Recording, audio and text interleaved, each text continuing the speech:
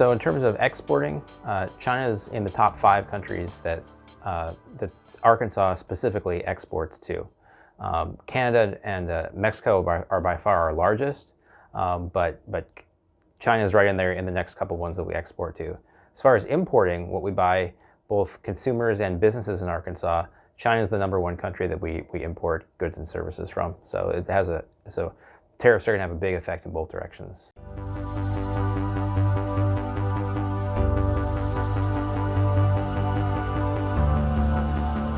So there have been a number of groups that have tried to estimate how much per household this costs, and kind of a rough estimate that a lot of groups have put out is about $1,000 per household per year would be the effects of the tariffs, both tariffs that are placed by China as well as ones that the U.S. is placing on goods that are coming in. So about $1,000 per household is somewhere in the ballpark, depending again on exactly what tariffs are implemented, and there's some variation, but $1,000 is a pretty good estimate.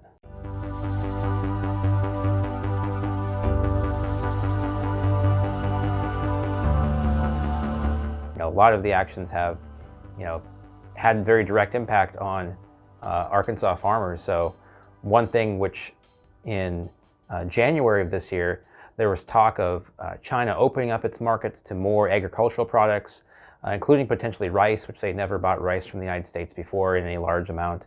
So that was one thing that was being discussed when the trade war was kind of at a lull. And now that the trade war is ramped up, China has done a complete 180-degree turn and say, not only are we not going to buy any new agricultural products, we might not buy any. So they already buy soybeans from us to some extent. They said, we're not going to buy any now. So that's a big impact on businesses and decision-making that can happen pretty quickly as part of this constantly changing trade war. Yeah, long-term planning for any business, but especially agriculture, becomes very difficult when the kind of rules that you play by are changing all the time.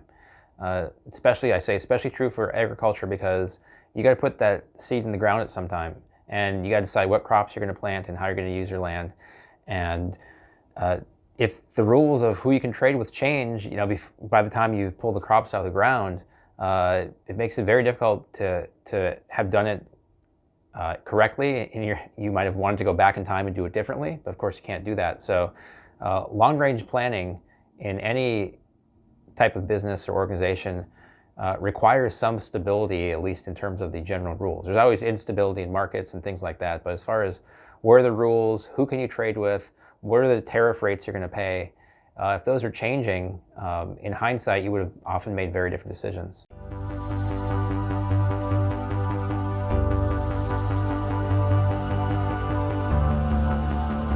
A lot of those agreements, you don't just start selling things like it looks on kind of the blackboard in economics class, that, markets open up and you start selling to them.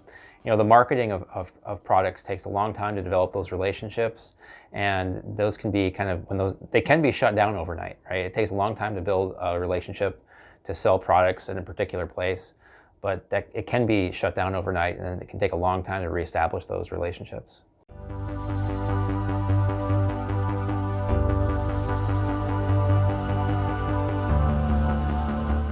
Of course, a major part of the 2016 presidential campaign was Trump's promise to, in many ways, protect American workers from foreign competition or to help them out in some way. And China was always a big part of the explanation for why American workers are being harmed. So in many ways, since Trump has come in office, he's been trying to fulfill that campaign promise.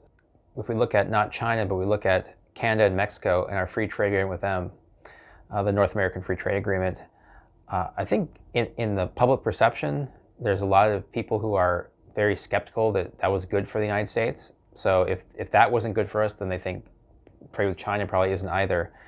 In public opinion polls, it depends on how you ask, but the American public is pretty equally split on whether the trade agreements with Canada and Mexico were a good idea. But when economists look at this, economists almost uniformly say that, at least on average, Americans benefited from the North American Free Trade Agreement. While there may have been some downsides, overall we've benefited from it.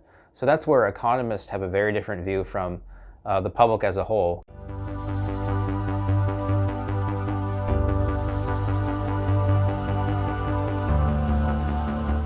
One of the biggest concerns is that the trade war will keep ratcheting up that could mean that trade relationships could break down for a very long time. The first best world, of course, is to go back where we were with them 3 or 4 years ago. But the second best is just that we reach a stalemate. We both kind of shown we're the tough guy, and no need to do any more.